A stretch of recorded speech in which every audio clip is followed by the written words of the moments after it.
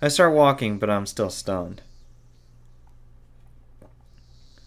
In the end, Rena didn't tell me the secret because she was afraid of putting me in danger. But she told me clearly that there are people who want to revive the worship of Oyashiro-sama, and that they're among the 3 families that control the entire village. They orchestrated the series of mysterious deaths for their purpose, and they killed Takano because she got too close to the secret they wanted to hide. Rena met Takano and happened to take the scrapbooks that Takano wrote about her research. Rena still can't believe the secret written in the scrapbooks because it's crazy. Hey, come on, Rena. You're kidding me, right? It's like one of those comic book stories. A mysterious occult group is plotting a conspiracy. I mean, it's all bullshit. There's no way. I mean, it's not funny even if it's a joke.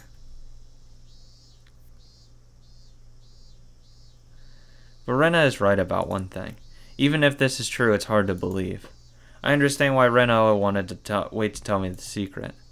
Maybe she was just fooled by Takano. But Takano was murdered for real.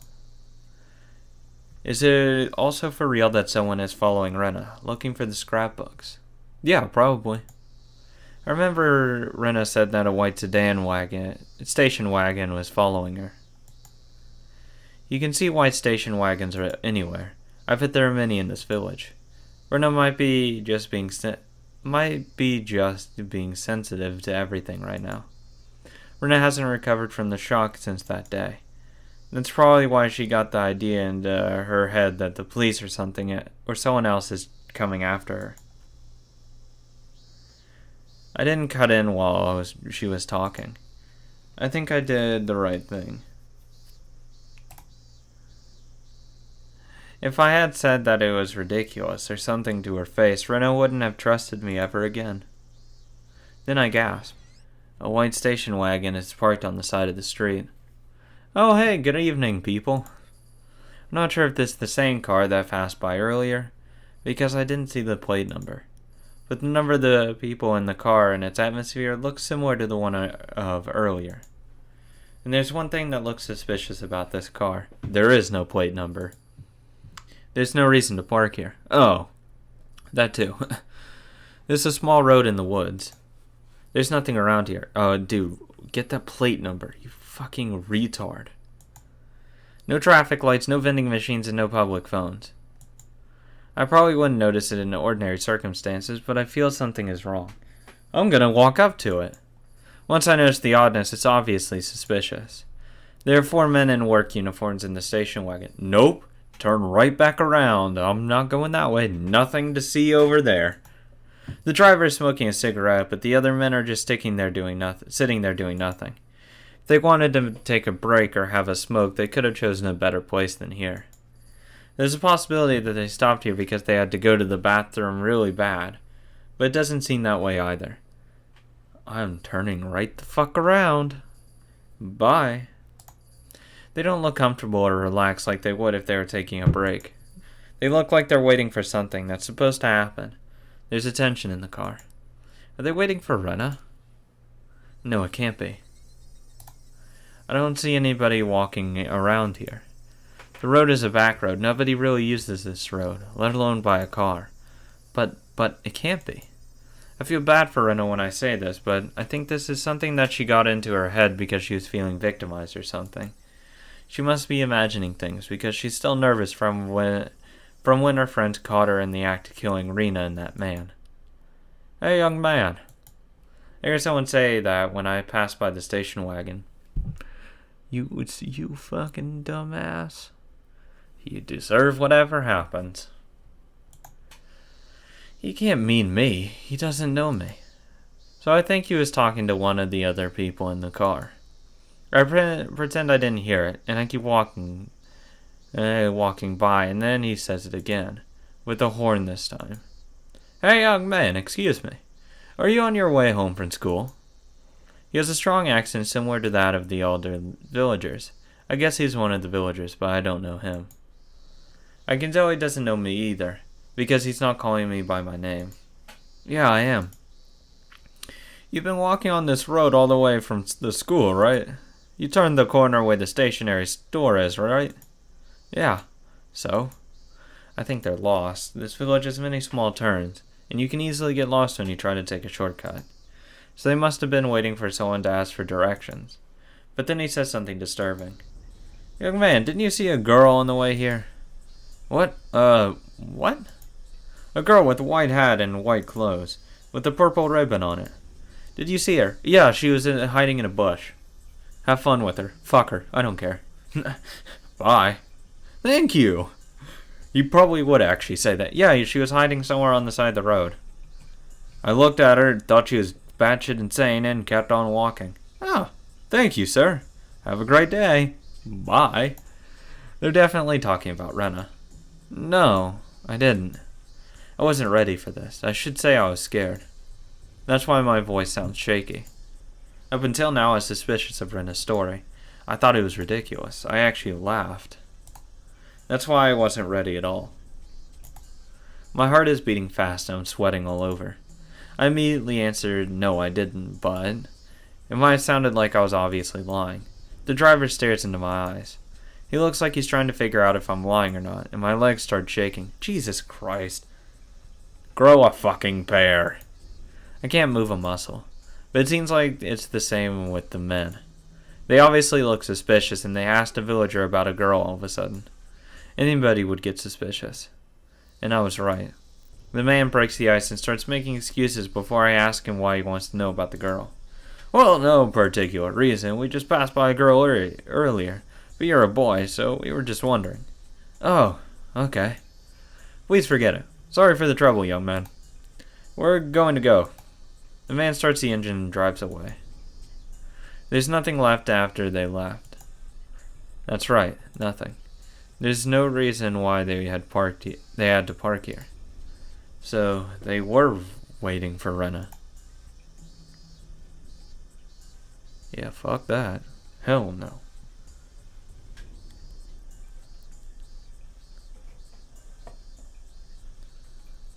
Tip time? Lunch takeout list number 2. God damn it. How many fucking takeout lists are there?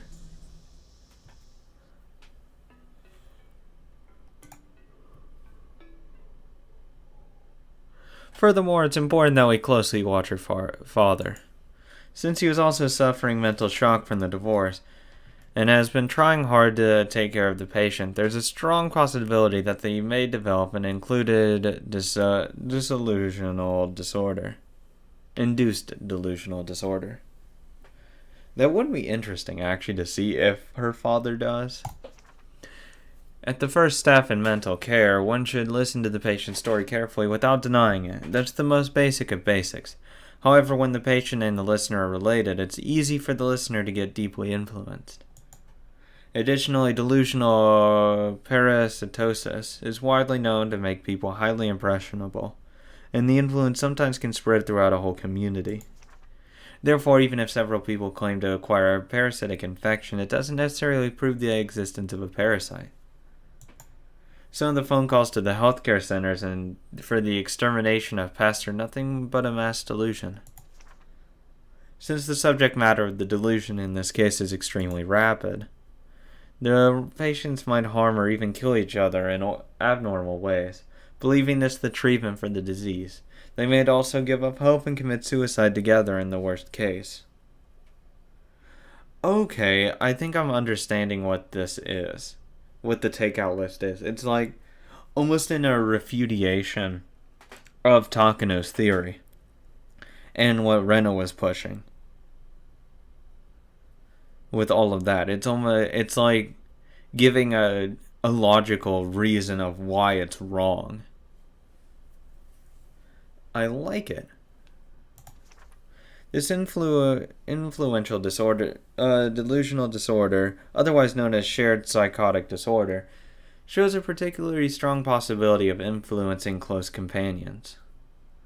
Damn. Which could be why that group of people said that they saw the maggots or whatever. It was a group in a delusion. Anyone who is going to contact the patients must be made to understand that the patients are under medical treatment. and must be warned not to be influenced by the patient's delusion. Individuals who are likely to be easily influenced are the patient's family members and people who deeply care about the patient, such as boyfriends or girlfriends. Oh my god, Keiichi's gonna get influenced by this, isn't he? He's gonna start feeling the same paranoia and shit that she is. Even though he's not a boyfriend to her. God forbid I'd fucking get livid because she's crazy. Mion is a goddess. She is the nicest person. Oh, okay, there wasn't any takeout list. Cool story, bro. Let me go ahead and save. And I can go for a few more minutes.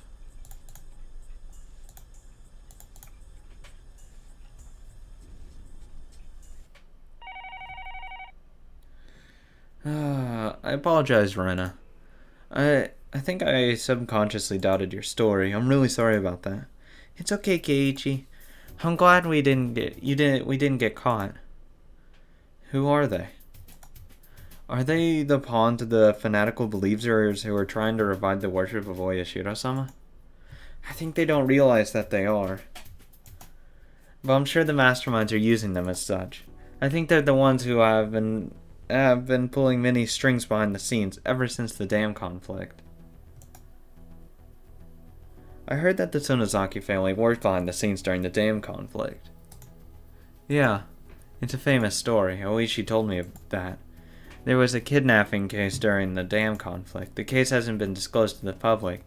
Anyway, someone kidnapped the grandson of the Minister of Construction and coerced the minister into making a promise to stop the dam construction.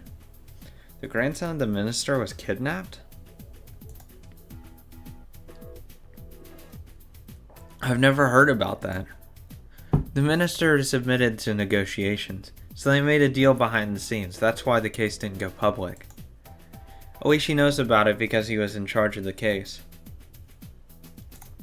And? Oishi said that the kidnappers' tactics were extraordinarily shrewd. The police know that the Sonozaki family gave the order to the kidnapper, but the case still remains unsolved.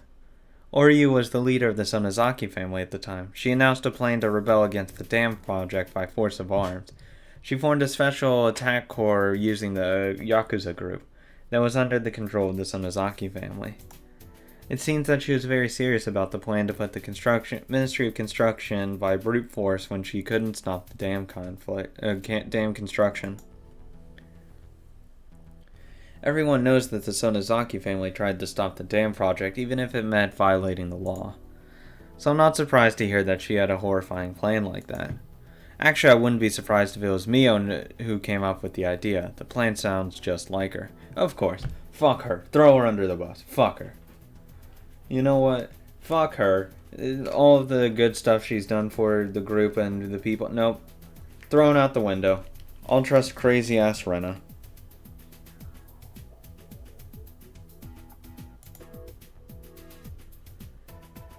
In the end, the plan ended up being just a plan.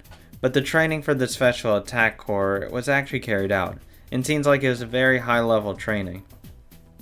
When next you're gonna say Mion was trained in it? Oishi uncovered the information right after the dam conflict ended.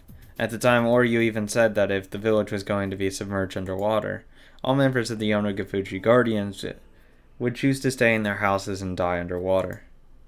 That's why when I heard that Oryu planned to attack the Ministry of Construction by force of arms, I took it seriously instead of laughing it off. According to the information Oishi sees, she planned a suicidal mission as her last resort when the dam conflict started to heat up, in case her resistance didn't succeed. She actually prepared the weapon and the training for the plan. The Special Attack Corps received a huge amount of money for training from Oryu, and they flew to the US. The hell? Some retired military soldiers gave them highly professional training in the southern desert of the US. The hell? The plan wasn't carried out, but the Special Attack Corps became a death squad that was placed under the direct control of Oryu after they came back from the US. They're involved in many unsolved and intimidation cases, and they succeeded in kidnapping the grandson of the minister as well. Sounds like some kind of fictional story. Yeah, no shit. Do you remember how Michan said that she could do anything? From flying helicopters to using airborne radios. Oh my god. Yeah, she was sent to the fucking desert. And learned how to... she's a spec ops soldier now. It's actually all true.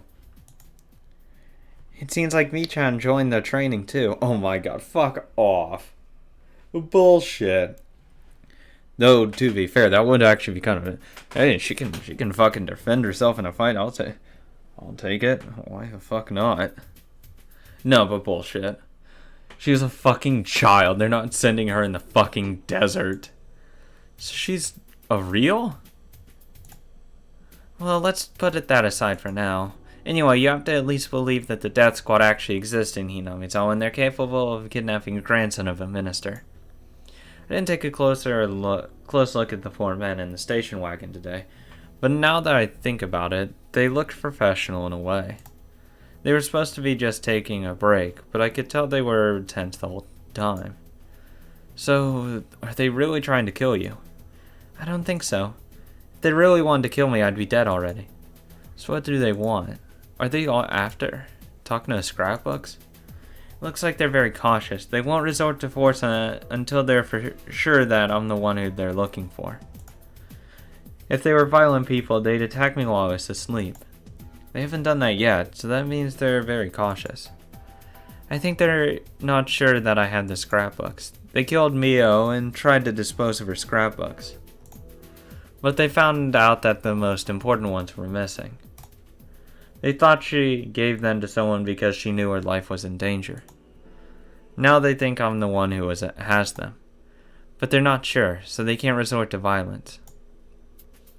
Rena, it sounds like you're playing a dangerous game, and I don't want to be a part of it. Yeah, I'm a bit scared, but I won't let them erase me that easily. I'm connected to Oishi. I've been frequently contacting him in case something happens. What did he say about them?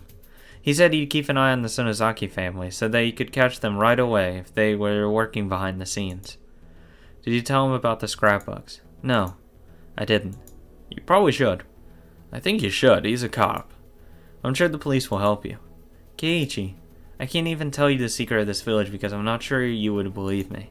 I don't think Oishi would believe me even if I told him. Rena, let's not make it more confusing than it already is. Just tell me. What is it? What's written in the scrapbooks? What's the secret that killed Mio? Simply put, if the things written in the scrapbooks are true, the god they worship will be dethroned. What? Their god? Dethroned? Yes. The sacredness of Oyashiro-sama will be lost. That's why they want to conceal the truth. They want to revive the worship of Oyashiro-sama. Okay, that still doesn't... Yeah, that's the secret, but why? How? Rena, can you explain it a little more simply? I'm confused. It means Oyashiro-sama isn't a god. He isn't a god? I don't know what she read that made her so sure about it. But whatever it is, it's sacrilegious for this fanatical believers who worship Oyashiro-sama. There are many teachings of Oyashiro-sama, but the essence is this. Don't leave the village and don't let anybody in the village.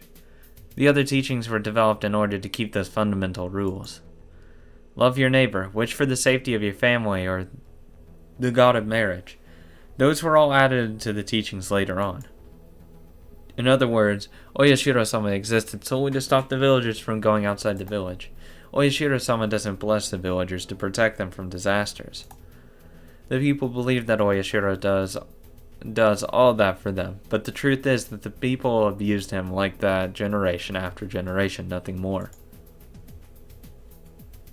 Why did Oyashiro-sama descend in the first place?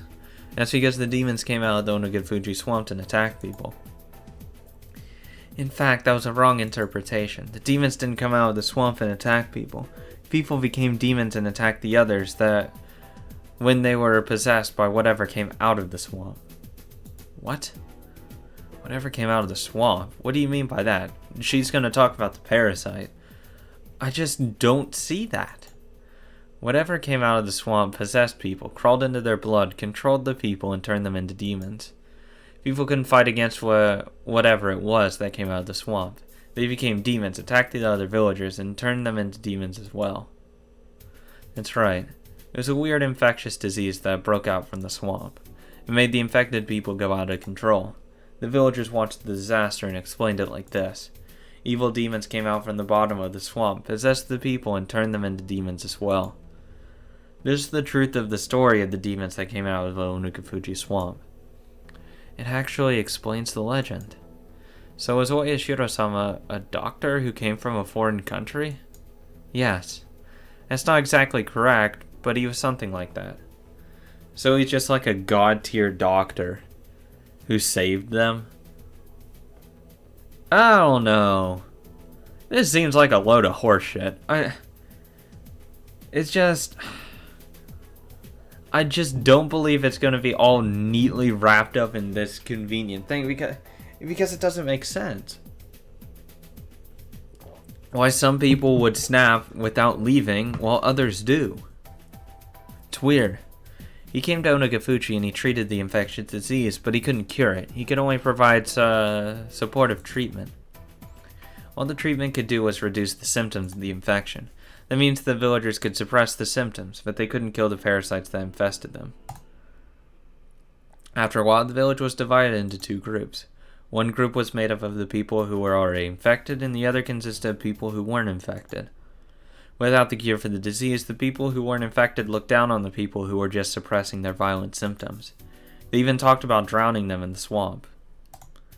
But they knew killing the infected people wouldn't solve the problem. The parasites came out of the sources of water, including the Onukafuji swamp. They couldn't fill them all. If they did that, they would lose the water necessary for the villagers to live. They could have chosen to leave the village, but it was hard for them because their ancestors' graves were there. The infected people could live without showing the symptoms under the power of Oyashiro-sama. So both those who were infected and those who weren't decided to live together equally and coexist with the parasite. Oyashiro-sama was impressed by the villagers' decision. He decided to stay there and continue the treat them. So basically, Oyashiro-sama is a doctor in this theory, this idea. That's the true identity of Oyashiro-sama, the benefactor who stayed in the village to protect the life of human and demon. That's right. And Oyashiro-sama made rules in order to suppress the symptoms of the infected people. The rules were not to leave the village and not to let anybody in the village. I understand that he didn't want to let anybody new into the village. It was to prevent the parasite from infecting new people, but I don't understand why he didn't want people to leave the village. Seems like the parasite can only live in Hinamizawa because of the climate and the environment. There's probably a billion other places that have the exact same climate and environment. That's why it causes an outbreak of symptoms in order to prevent the host from leaving the village when they try to. The prevention is the true meaning of the curse of Oyashiro-sama. The strongest characteristics of the infection's disease were violence and delirium. The infected people acted just like demons, and the impact was strong enough to make others describe them as demons. So that's what Shion was under then. Or at least that's what she was experiencing because she was acting like a demon.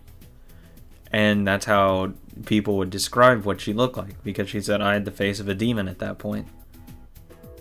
So that's what she was going through. But again, why would it manifest itself in her when she's living in the area? That's why they couldn't let even new people who got infected after coming to the village leave.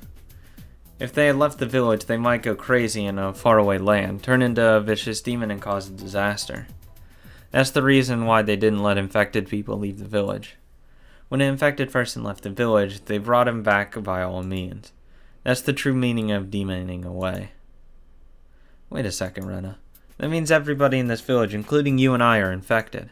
But nothing happens when we leave Hinamizawa. In fact, many of the village moved far away after getting married or something. I've never heard of any villagers who went crazy and turned into demons after they left Hinamizawa. You're right. That's because things went as Oyashiro-sama thought they would. Do you understand? He closed the village for a long time in order to weaken the power of the parasite. Hosts are very important to parasites. If something happens to the host, the parasite that lives in the host has to share the same fate. In other words, if the host went crazy and attacked people, the host would be captured and killed, which means the parasite would die with the host too. I see, you're talking about natural selection. Good thinking, Keiichi. You're right. As a result of living in this village under strict rules for a long time, people who were hypersensitive to the parasite went crazy and got killed. But it would have been bred almost out at that point. So again, why do some people show it then, still? Oh god, there's a lot of questions. The strong parasites that made the infected people go crazy were also killed because the hosts were killed due to their violent behaviors.